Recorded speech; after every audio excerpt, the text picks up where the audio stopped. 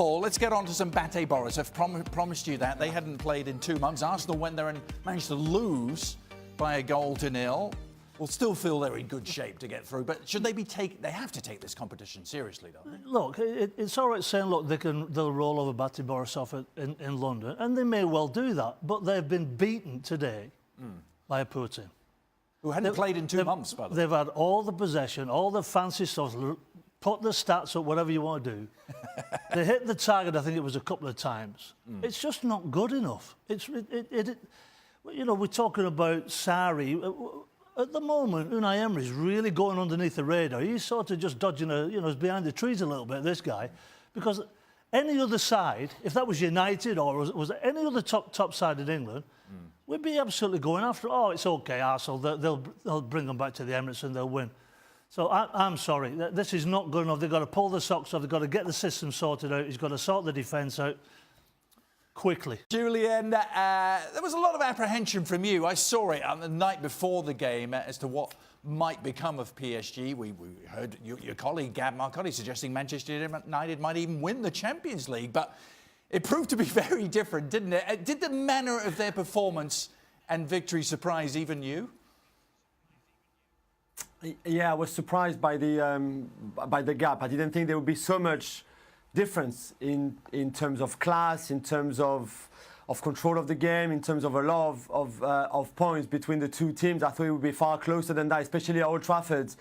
And I think Thomas Tuchel got a lot of praise, and rightly so, and credit for getting everything pretty much right, to be fair, from his game plan and tactically, the way he motivated his players, the way he's made that team play as a team as well. And even with that Cavani and Neymar, making them do everything exactly perfectly to win that game so comfortably and in such a manner as well with Marquinhos, who is, I think Marquinhos sums up perfectly what Tuchel has done in Paris so far this season, being able to transform him from a centre-back to a defensive midfielder in the way he did, with the result that Marquinhos, for example, showed on Tuesday night, I think was sensational, and I think Tuchel rightly so deserved a lot of credit. All the attention on Maurizio Sarri ball, the inflexibility. There's been some links in recent days with a certain Frenchman, Zinedine Zidane. What can you tell us about any likelihood of him coming into the fold? Well, I think we need to see it from his point of view, in the sense that would this be a project that interests him? I think the idea of coaching in the Premier League, in one of the big clubs in the Premier League, of course, is appealing to him. There's a few issues though there. The language, and we talked about it before when he was linked with Manchester United as well. Zinedine Zidane, he's a manager who works a lot on man management. You know, they're not all like this, but he's very much like this. And the language, he doesn't speak a word of English.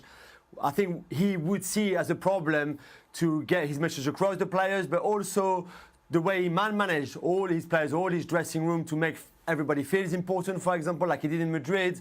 That would be an issue. The fact that he won't like the lack of stability at Chelsea, with managers coming in and coming out very regularly, 2 years for Conte, maybe even less for Sarri, for example, that's something that he doesn't really like and enjoy, that kind of spirit, if you want. So there's a lot of things that I'm not sure he would be so keen on. However, Chelsea is a huge club, and he will obviously be interested in a big club, and the Premier League is a league that interests him very much. Ali, I think Zidane's going to be linked to every big job that comes available until he takes his next job, isn't he? Can you see this at all? No, I don't, because you look at what Chelsea has done and is doing right now. And who is my best player? If I'm Zinedine Zidane and I'm evaluating a team, who's my best player? Well, that's Eden Hazard. Is he even going to be in the team? So why would I want to be part of this when my best player is walking out the door? And there are issues in this team that I think go deeper than that. When you have a team that one day looks great and the next day looks awful, something is there to be said about the manager, and we certainly have spoken to that in length, but there's something to be said about the players too. Players that go from winning a league to then tanking the next year, to then playing well the year after that, but then the year after that again, they go and tank it again. There's an inconsistency about this group that would call for an overhaul. And if you're Zinedine Zidane, the last thing you want to do is walk into an overhaul, because the expectations are going to be you're going to win right away. You don't win right away with an overhaul. Now then, last but very much not least, well worth the wait today, Shaka Hislop's power rankings. Hot off the press, what you got for What could You possibly asked go it, wrong? Adrian. In Take- 10, take Napoli. 5. Comfortably in second in the Serie A despite the draw of Fiorentina on the weekend. so- Bayern are back in. What? You draw, you remain in the top 10? Is Yeah, that- but they continue to fly high in the Europa League. They're comfortable, I mentioned that. Fly Not high. so comfortable, Dortmund. Dropping points in Still the there. league. Hammered in the Champions League. One bad In result. at number 7. Gotta speed it up, Shaq. Real Madrid. Where's they gone? They're at the bottom. I found them. Real Madrid can't stop winning. This is not gonna Where's work. at 6? Oh, Come on yeah. down. That's This the is bottom not half. gonna work. Top, Come on top down. 5. Hurry up. Barcelona in at 5. They drew on the weekend as well in the league. 5, Liverpool in at 4th. Yeah. Third, PSG up. Are you making this up as you go, Shaq? Juventus 2. Oh, And look then at that. still top of the tree. Hey. Manchester City. Where's Man United? No, Man United. There's not an argument from the gallery. Manchester United. What are they? They're 11th. Mauro Icardi, Julian, is really hit the headlines, stripped of his captaincy, out of the, didn't even travel to Vienna. His sister seems to be involved. There's some social media posting going on. What is going on with Icardi? Yeah, it's a big chaos, it's a big mess, basically. His wife, who is also his agent, appears on Italian television every Sunday. She's part of the TV show, and every week she talks about the club, usually in a negative way. And last Sunday she said that basically the problem was that Mauro Icardi doesn't get the service that he needs to shine. That's why he hasn't scored for 7 games, which is his longest goal drought since he joined Inter. And obviously those comments didn't go down well at all in the dressing room first. That created a lot of tension between Icardi and some of his teammates, but also at the club. And the club asked Icardi to back the club, basically, and against the words of his wife, he refused. So they stripped him of the captaincy, like you said, and gave it to Handanovic, which after someone like Borisov, for example, liked a few tweets about the change of captain, which again, you could just imagine the mood and the atmosphere in the dressing room if one of your players is actually happy that there's a change of captain. And yet then, to process the bad news, Mauro Icardi decided not to travel to Vienna when he'd been called up by Spalletti into the squad. And on top of that, there's obviously all the trouble around his contract. He put in a transfer request in January. He clearly doesn't want to be at the club anymore. So I'm not sure where this one is going, but it sounds like the next few weeks and few months until the end of the season are going to be pretty bad for Mauro Icardi and the club. I was going to ask you where it was going to go. Under contract till 2021, always linked to Real Madrid and Chelsea. Do you think he stays at Inter?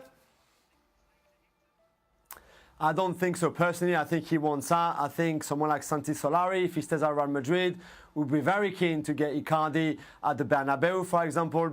But we've seen it before. We've been in that situation before where there was huge tension between Icardi and the club, Icardi and the rest of the dressing room.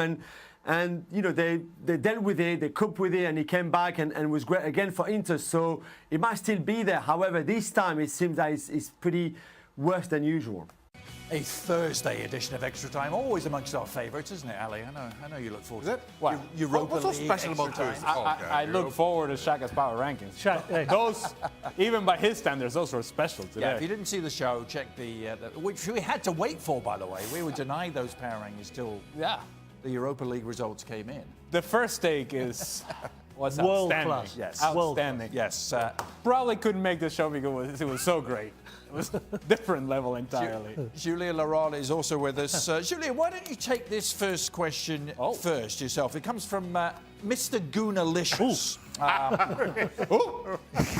Mr. Goonalicious. If you were a billionaire businessman, Which he is. yes, other than the top 6 clubs in the Premier League, which club would you choose to invest in to make them a Premier League contender or a Champions League contender? Who would you put your billions into, Julien? Oh, that's an interesting one. I think I'll go for Newcastle. I think I could get a good deal from Mike Ashley to, get the club not on the cheap, but for a good amount of money.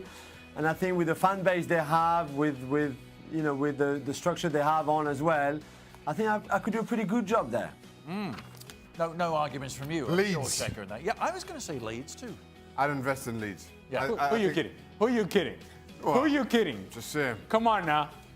Come on now. Who will you invest in? Leeds. No, you would not. He's got his businessman hat on. He Yeah, doesn't that's have right. his, yeah. Famously known in Newcastle. I don't allow my my business investments to Your be loyalties aren't to be aren't swaying. influenced by my passions. I would say Leeds too. You could probably get them pretty cheap. They are dormant. You remember the great Leeds teams, Absolutely. yeah. I played against them. That's how old I am. Still got the bruises from them. Are you kidding me? Come on. You're not letting him off, No, are you? no. You He think he knows has to he's say- investing in Newcastle. Yeah. Yeah. Or West Ham. Why did he say? No. But No. nobody. He's well known in I'm Newcastle. a businessman. Right. So Are you? he knows to get more. bang for Shaka, his you've buck. just upset a lot of people. I'm a billionaire businessman. Leeds is where I get. I gotta say, if I'm a billionaire businessman, All the not new sure I'm putting my money in any of this team. Yeah. I put it in my son's under 11 team. Yeah. Yes. Popcorn for Paul, everybody. I know which way you'd probably turn. I don't know for sure. Would it be Ipswich, or would you go in a different direction? Ipswich are so far off the pace these days. Well, they need your billions, They need really. billions They need- and billions. I mean, they're rock, you go for? rock bottom of the championship. I don't know. It's maybe Villa. I mean, I'm just thinking about a big club, you know, that can draw. That have known glory years Villa. that could come back. Maybe Villa. Clubs that already have a big fan base. Yep. Villa certainly. And potential as well. They could drop. Yeah. All right. You're staying out of this, though. Barnet? You're not. What about Barnet? Kitty Minster. There you go. Kidderminster. There you go. Excellent. Yep. The Harriers will rise with Moreno's billions. Well, I'm telling you, my billions are not going anywhere near any of these teams. How many billions would it take to get Swindon flying? oh God. Come on, Ed. More than the U.S. Treasury currently has. Did Neymar, says David, re-injure his foot celebrating Mbappe's goal? Julia, we showed this clip during the show. He was certainly seemed to be pretty mobile, dancing a lot, celebrating. Might he have retweaked it, celebrating the goal? Yeah, I mean, and the best thing I think was on the first one, he had his one of his physio doing a massage on the foot, and then he obviously jumped out of the sofa, and the physio probably thought, "Oh, come on, man! I've just spent like an hour, you know, massaging your foot and doing all that treatment, and now I'll have to do it again." So yeah, but it was good to see that kind of spirit from Neymar. Yeah. Nice celebration, wouldn't it? Well, at least he stayed on his feet. Yeah. Bob-omb. Physio probably tried to tackle him, but He wasn't on his feet to start with. No. That's he actually got on his feet. Yeah, he got he back was to already front. down. He was already in the horizontal position and actually went vertical. But when he was celebrating, he was doing one leg celebration. That was what was Yeah. happening. Yeah. Yeah. All right. But, okay, and it's a respectable job. I'm not pointing the finger at it at all whatsoever. Somebody's got to do it. Right. But go and massage Neymar's feet. Come on now. Dick. Dick is the provider of our next question. Dick Taylor, who says, should N'Golo Kante speak out against being moved from the position in which he was extremely successful? Should he speak out? No, that's Should not. any- That's not. Not his game. I mean, not speak out. You can go and have a quiet word with the manager, but to speak out, which I'm suggesting, Dick, is meaning go to the press or say something of the sort. No, I'm never in favour of that. Plenty of people have been speaking out on his behalf. Yep. Should he join that chorus? No, that's Privately. not his job. However, if Saturday were to come up to him, or anybody in the club were to come up to him and say something along the lines of, we need more productivity out of you in the final third, at that point you say, you know what? See, no. I'm the best defensive midfielder in the world, and you have me playing out here as some sort of inverted right winger, some sort of position that is not my best. This is not what I do best. This is not where I can maximize my potential. That's your fault. It's not mine. He's no need to say anything, has he? I mean, everybody in the world knows where he should be playing. Right. The one guy that doesn't realise that it's a gaffer. Yeah. And Sarri may pay the price over it. Have there been any murmurings in France, Julian, about N'Golo Kante's mental state at the moment, or his willingness to speak out? No, because that's not him. He will never do that in a million years. He would not even, I think, address it with Sarri. That's not his style. He will keep doing what Sarri asks him to do, and he will try to do it to the best of his ability. Sarri can ask him to play as a goalkeeper, and he would go and play as a goalkeeper and give his best. But him speaking out in the press or off the record for then his word or his point of view being still written, that will never happen. And again, I really don't think that he's the one knocking at the door of the manager and saying, can I have a word about my position? That's not going to happen either. He's a soldier. He's a very good soldier. Even if he's not happy playing where he is, which is what I believe, he will still do it and will never confront anyone about it. Mustafa, moving on, says, is Manchester City being in 4 competitions a good thing? I don't know why it wouldn't be a good thing, but... I mean, say you're winning, right? You're there to win trophies, aren't you? Success is a good thing. No, I mean, I guess the possible counterpoint would be, well, do they want to win the Champions League? Are other competitions going to be a distraction? Yeah, but when you start rotating and thinking that, okay, I'm going to value this competition over the other, because you're underestimating the other competition doesn't guarantee that you're going to win what you consider to be the big one. So this is when managers, in this case Pep Guardiola, will earn his money and see, okay, where can I rotate? Where can I put my players? But the truth is that for Manchester City, even when you rotate, you still have a very good team out on the field. Yeah. That's, the billions that we were talking about earlier, that's when it helps to have those billions. Pep's going to earn his money this weekend when they've played Newport County Massive in game, the massive FA Cup. Look, I think the most impressive thing about one of the most impressive things that Guardiola's done with that squad is to keep them right on point. When the games come, when the whistle blows, they're right on top of it. And we've seen recently where they've just blown teams away because teams have not been prepared correctly or they just didn't expect it. But I think that is a remarkable thing, what Guardiola's done with this group. He's got everybody on board. Gabriel Jesus has stopped moaning now that Aguero's starting in front of him and Sané's stopped moaning, and so on and so forth. And it seems that there's a great deal of togetherness. And yeah, they're in four competitions. The reason is because of his rotation, beautifully done by him. Julian, history does show that it's tough, isn't it, to win the Champions League and the league title, let alone a couple of cups thrown into the mix too.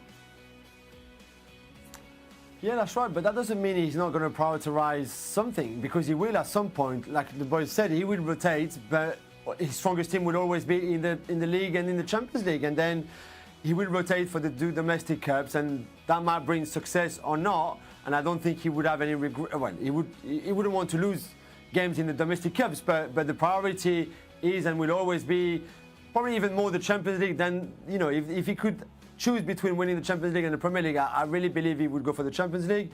So I would put that as the big priority. However, the league is also very, very, very important. Right. The piercing question of the day comes from Stephen Cromwell. He simply needs to know, how loud does Xhaka snore? I don't know how we quantify that exactly. What prompted this question? What did prompt that question, Stephen? It's your pre-show preparation, Xhaka. It's thorough, and it's based on being well-rested for the show. It's thorough. It's very thorough. Absolutely it is. Well-rested. Needed a power nap. Yeah. Well, that was powerful enough. Needed a little 5-minute power nap. 5 minutes? you lost track of time. Is that what Chelsea did to you today? Put you to sleep? 5 minutes-ish power nap. Good for everybody. That was half-time. That was half-time of the game. No, it wasn't. No, it wasn't. No, it wasn't. Yeah, it was. It wasn't. No, it was not. It was the second half. Early second half. Ali had you on the clock. It was 25 minutes, you know. It was half-time. I remember. Remember well. Big plates of meat on the table as well. Is there a Richter scale we can measure this I don't snore. level No, of he snoring? doesn't. I don't snore. He's very, very clean. Yeah. You don't even know he falls asleep. I'm a stealth power napper. It was after those. What were those things we had? Munchkins. What are they called? Munchkins. Munchkins. Yeah, I've never heard of them before, but they were great, weren't they? You loved them, didn't you, Big Man? Well, those are some big hands, so Munchkins. Munchkins. That was half-time as well. That was half-time too. A lot of things happen I at did a lot halftime. of half-time. It's a long half-time. Valentine's Day munchkins, which Exactly. Mr. Mariner gobbled up rather Absolutely. enthusiastically. Xhaka was there I had a too. couple. I didn't go mad. Our man needs a nap. We better Another one? better get out of here. I'm tired. Are you going to be able to sleep tonight? I'm tired now. ESPN FC available every day over on ESPN Plus. When Unai Emery's coming into the football club, do you not think they're asking, look, what do you think of us here? Do you think we should sign? Do you not think he's part of that process?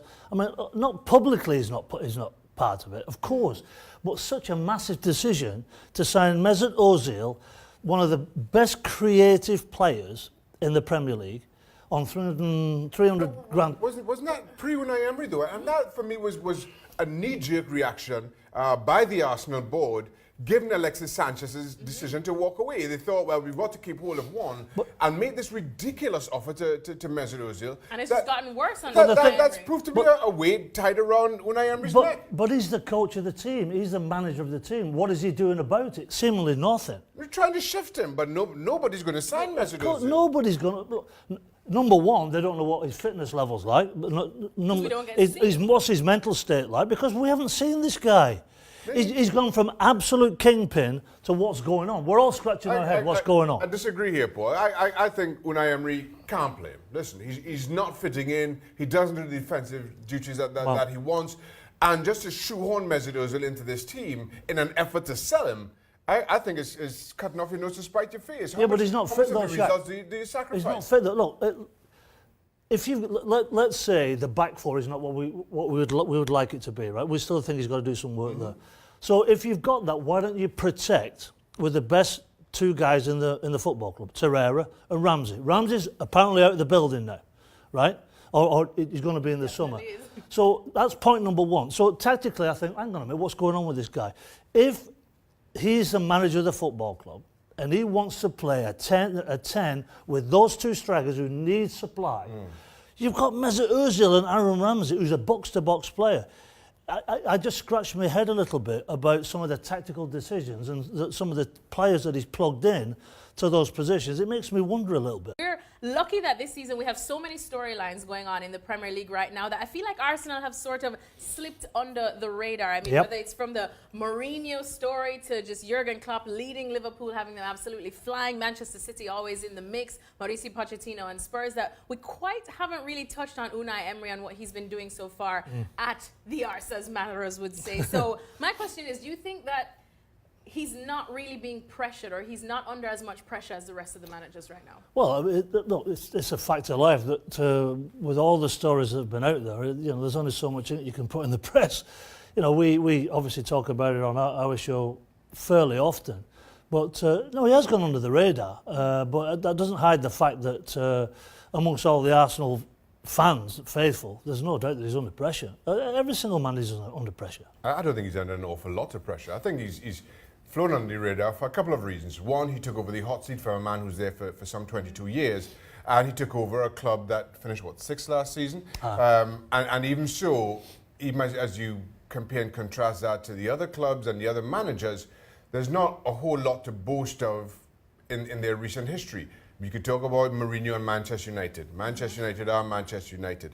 City and Liverpool finished, Liverpool got to the Champions League final. City, given their spending, are expected to finish top every season. Similarly with Liverpool. Spurs continue to punch well above their weights. Chelsea, as disappointing as they were last season, the season before that, they were champions. You look at all those and you kind of put Arsenal up against them, and you're not quite sure that Unai Emery is working with a similar stature of